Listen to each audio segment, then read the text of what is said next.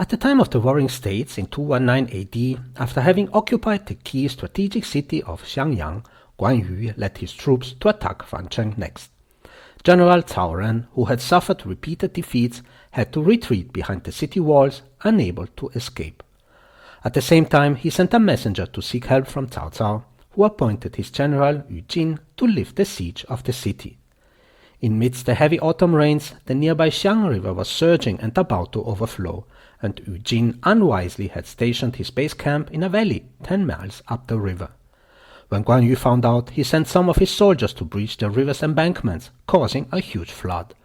The water rushed widely down the mountain hills, annihilating Yu Jin's army, while he himself was captured. The surging waters then reached Fancheng and washed away parts of the city walls. Cao Ren commanded the entire city to carry soil and bricks to sustain the walls, while urging his soldiers to fight to the death until Cao Cao's army would come for the rescue. When Cao Cao heard that Yu Jin's entire army had been wiped out, he quickly sent his general Xu Huang to relieve the siege. Xu Huang was as brave as he was astute and stationed his troops uphill at Yangling, after which he sent a messenger to notify Cao Ren that the reinforcements had arrived. He then waited for an opportunity to make his move, and soon Cao Cao sent several of his battalions to support him.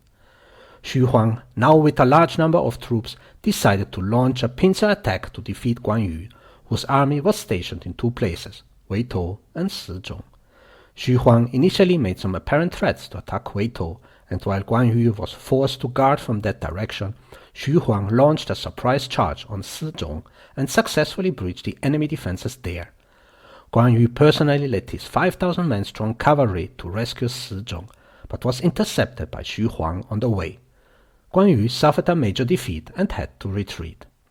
Xu Huang saw that the time had come and ordered the Cao army to follow him all the way into the siege fortifications of the Shu army, who was still encircling Cao Ren trapped inside of Fancheng.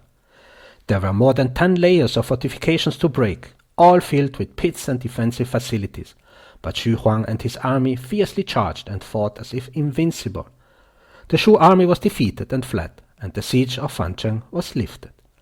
Cao Cao was overjoyed to receive the good news of the liberation of Fancheng.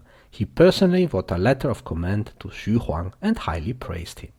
In the letter he wrote, "I have been in the military for over 30 years, but I have never heard of anyone who was as skilled in using military force as Xu Huang, even in ancient times. I am Lao Cao.